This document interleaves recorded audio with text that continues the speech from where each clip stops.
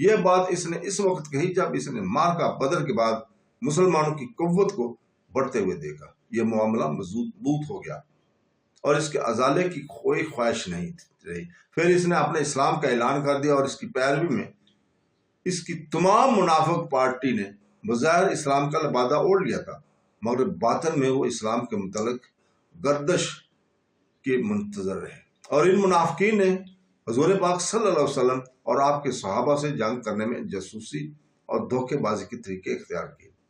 اور حضور پاک صلی اللہ علیہ وسلم پر حملہ کرنے کے لیے سازشیں کرتے رہے، اور آپ کے اصحاب کی وحدت کو پارا پارا کرنے اور ان کی قوت کو کمزور کرنے کے لیے موقع کی تلاش میں ہر وقت رہے۔ جیسا کہ قرآن پاک نے منافقین کے واقعات کو مفصل طور پر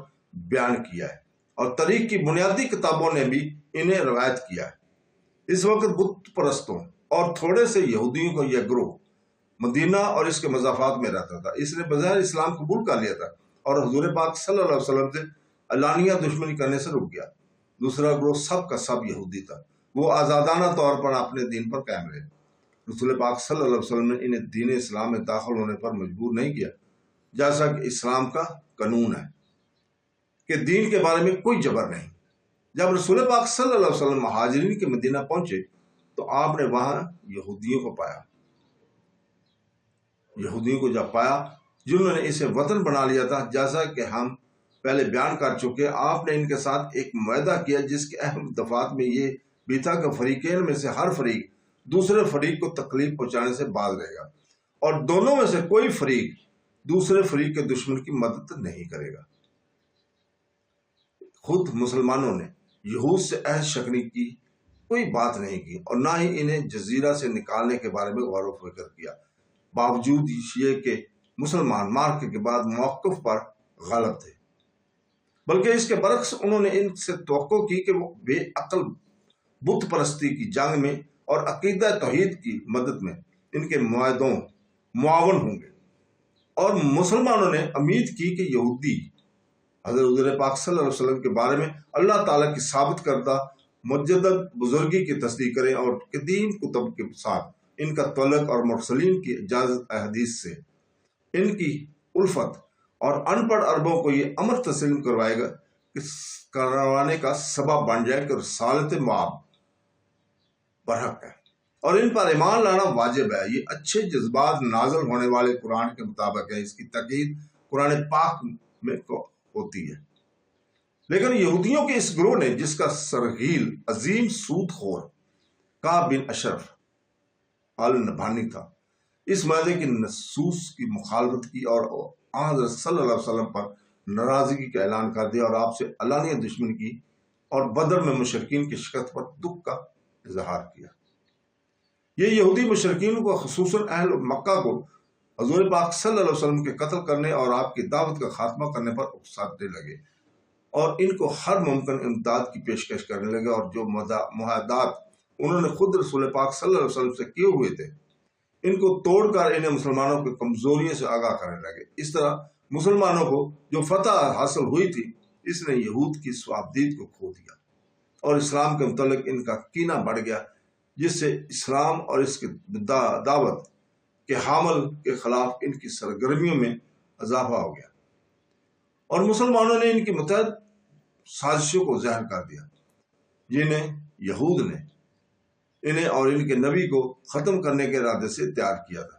اس کے باوجود مسلمانوں نے اپنے اعصاب پر قابو رکھا، اور یہاں تک کہ معاملہ بگڑ گیا اور فریقین کے درمیان اختلاف کے خلیج وسیع ہو گئی، اور فریقین کے درمیان سرد جنگ اس وقت ختم ہوئی جب اسلام اور مسلمانوں کے خلاف یہودیوں کی بار بار حماقتوں کے نتیجے میں بڑے بڑے خونریز مارکے ہوئے، جن کا حاصل ایک فریق کی تباہی اور دوسرے فریق کی مدینہ سے جلا وطنی تھی، تاکہ مدینہ کو ان کی سازشوں اور دسیہ کاریوں سے پاک کیا جائے، جیسے کہ بنی قریظہ، بنی ققا اور بنی نصیر سے ہوا، جسے ہم مفصل طور پر معرکہ احد کی ابتدائی گفتگو اور غزوہ احزاب میں بیان کریں گے انشاءاللہ تعالی۔ معرکہ کے بعد احراب کا موقف عرب اور خصوصاً مدینہ کے ارد گرد رہنے والوں کے دلوں میں مسلمانوں کی فتح کا بہت بڑا اثر ہوا تھا، اور وہ اس فتح سے مضطرب ہوئے گئے اور انہیں خوف لاحق ہو گیا، اور مدینہ میں اسلام کی ایسی حکومت کے قیام سے ڈر گئے جو ان کے اور ان کے مالوف جنگل کے قانون کے مطابق لوٹ مار کے درمیان حائل ہو، جو ان کے رزق کی منبع تھی اور اسی پر ان کے وجود کا قیام تھا، اور یہی مسلمانوں کی فتح سے مضطرب ہونے کا سبب بڑھا۔ ان اعراب کی نقطہ نگاہ سے کفر و ایمان کا مسئلہ کوئی اہمیت نہیں رکھتا تھا۔ اعراب کی تمام علاقوں میں جاہلیت کے قانون کے مطابق جب ان کے حرص کے مسئلہ اور ان کی نیزوں کی سائے میں علاقے کو دبا کر لوٹ مار کرنے کا مسئلے کا قیاس کیا جائے تو معلوم ہوتا ہے کہ ان مارکے میں مسلمانوں کی فتح اور ان کے اثر و رفوز کے انحصار سے احراب کے اضطراب کا باعث سیاسی اور قیدی نہ تھا، اور یہ بات اہل مکہ کے برعکس تھی، اور وہ اپنے آپ کو بت پرستی کے محافظ اور کعبہ کے خادم اور جزیرہ کے تمام مشرکین کے روحانی لیڈر سمجھتے تھے، اس لیے کہ وہ حرم کے علاقے میں رہتے تھے جس کی تمام بت پرست تعظیم کرتے تھے، اور باوجود تعداد اللہ میں اختلاف